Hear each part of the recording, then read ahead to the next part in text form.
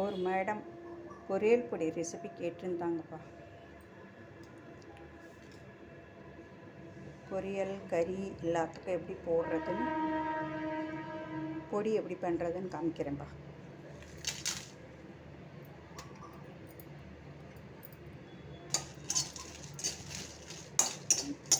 நான் அப்பப்போ 10 நாளைக்கு ஒரு வட்டம் பண்ணி வச்சுப்பேன். சும்மா ஒரு வாரத்துக்கு வர்ற மாதிரி இப்போ பண்ணுறேன்ப்பா. 7 மிளகா போட்டுருக்கேன். ஒரு 3 ஸ்பூன் தனியா, எல்லாம் ட்ரையாக வறுத்துக்க வேண்டியது.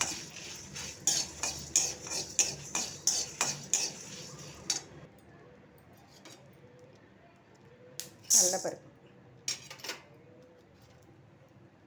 உளுத்தம்பருப்பு,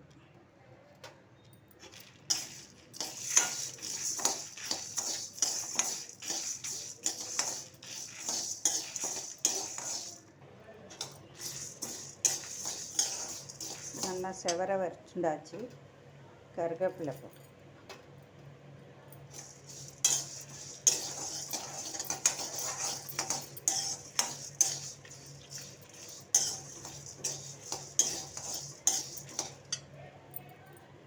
அடுப்பு அணைச்சிடலாம்.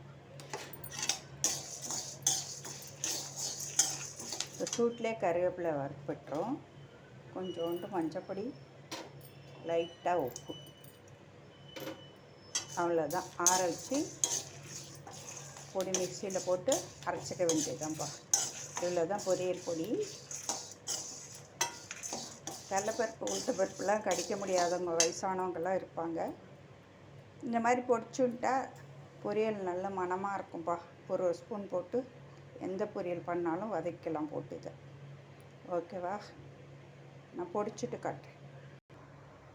நம்மளுடைய பொரியல் பொடி ரெடி. ஒரு டப்பாவில் கொட்டி வச்சுக்கலாம்ப்பா. Okay bye. டப்பாவில் கொட்டியாச்சு. சூப்பராக இருக்கும். எல்லோரும் பண்ணி பாருங்கப்பா. ஈஸியாக இருக்கும்.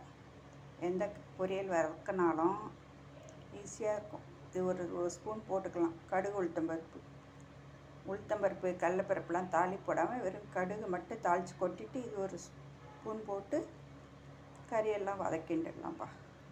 Okay bye.